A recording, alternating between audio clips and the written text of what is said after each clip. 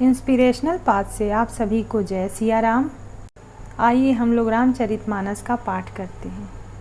जो बिलो की अनुचित कहूँ क्षमहु महामुनि धीर, सुनि सरोस भृगुवंश मणि बोले गिरा गंभीर। कौशिक सुनहूँ मंद यहु बालकु, कुटिल काल बस निज कुल घालकु। भानु बंस राकेश कलंकु, निपट निरंकुश अबुध असंकु।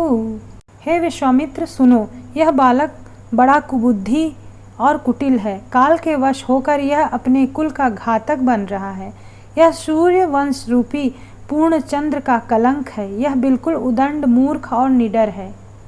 काल कवलु हुई छन माही, कहूँ पुकारी खोरी मोहि नाही।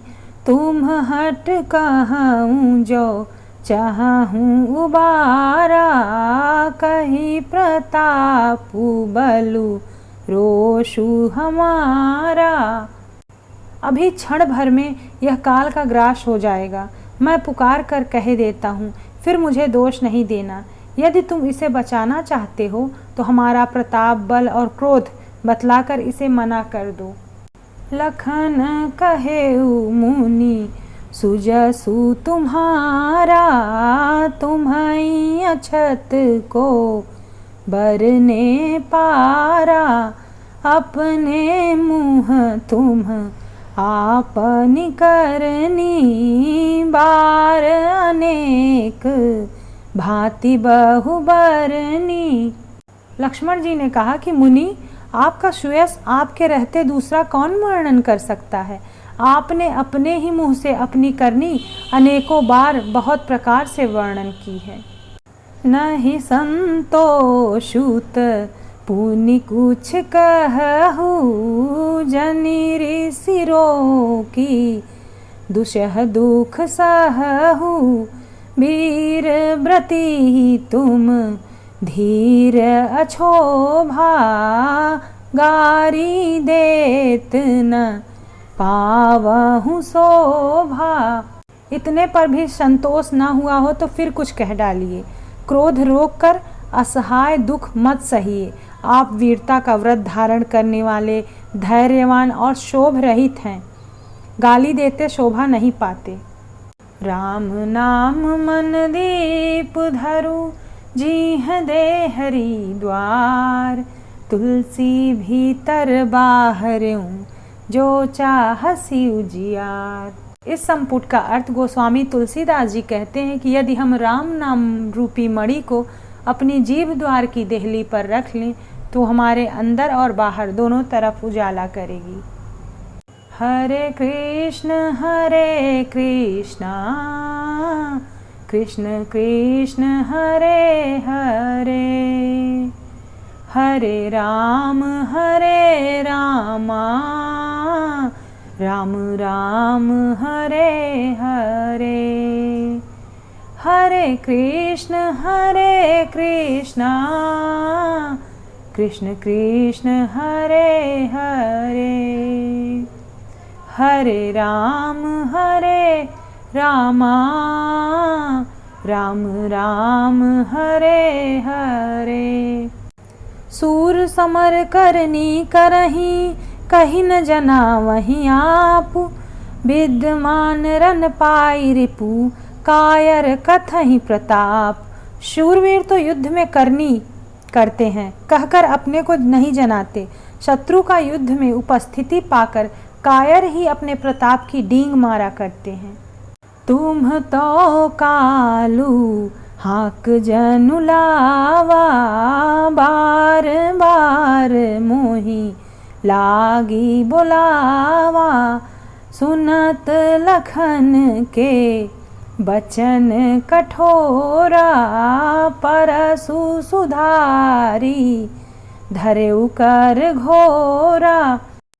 आप तो मानो काल को बार बार मेरे लिए बुला रहे हैं। लक्ष्मण जी के कठोर वचन सुनते ही परशुराम ने अपने भयानक फरसे को सुधार कर हाथ में ले लिया। अब जानी देई दोषी मोहि लोगु, कटुबादी बालक बध जोगु, बाल बिलो की बहुत मैं बाँचा, अब यह मरनी हार भासाचा। परशुराम जी बोले, अब लोग मुझे दोष ना दें, यह कड़ुआ बोलने वाला बालक मारे जाने के ही योग्य है। इसे बालक देखकर मैंने बहुत बचाया, पर अब यह सचमुच मरने को ही आ गया है। कौशिक कहा क्षमी अपराधु, बाल दोष गुण गणहीन साधु, खर कुठार मैं अकरुण को ही, आगे अपराधी गुरुद्रोही। विश्वामित्र जी ने कहा, अपराध क्षमा कीजिए, बालकों के दोष और गुण को साधु लोग नहीं गिनते। परशुराम जी बोले, तीखी धार का कुठार मैं दया रहित और क्रोधी, और यह गुरुद्रोही और अपराधी मेरे सामने हैं। उतर देत छोड़ऊं बिनु मारे, केवल कौशिक शील तुम्हारे, न एहि काटी कुठार कठोरे, गुरही उरीन होते श्रम थोरे। उत्तर दे रहा है, इतने पर भी मैं इसे बिना मारे छोड़ रहा हूँ। सो हे विश्वामित्र, केवल तुम्हारे प्रेम से, नहीं तो इसे इस कठोर कुठार से काटकर थोड़े ही परिश्रम से गुरु से उर्ण हो जाता। राम नाम मन दीप धरु, जीह दे हरि द्वार, तुलसी भीतर बाहर, जो चाहसी उजियार। गाधि सून कह हृदय हसी, मुनिह हरि अरई सूझ, ऐ मैं खाण न ऊख मैं, अजहु न बूझ अबूझ। विश्वामित्र जी ने हृदय में हंसकर कहा, मुनि को हरा ही हरा सूझ रहा है, अर्थात सर्वत्र विजयी होने के कारण ये श्री राम लक्ष्मण को भी साधारण छत्री समझ रहे हैं, किंतु यह लोहमयी केवल फौलाद की बनी हुई खाड़ खडग है, ऊख की खाड़ नहीं है जो मुंह में लेते ही गल जाए। मुनि अब भी बेसमझ बने हुए हैं, इनके प्रभाव को नहीं समझ रहे हैं। कहे लखन मुनि शीलू तुम्हारा, को नहीं जान विदित संसारा, माता पिता ही उरिन भयनी के, गुरु ऋण रहा सोचु बड़ जी के।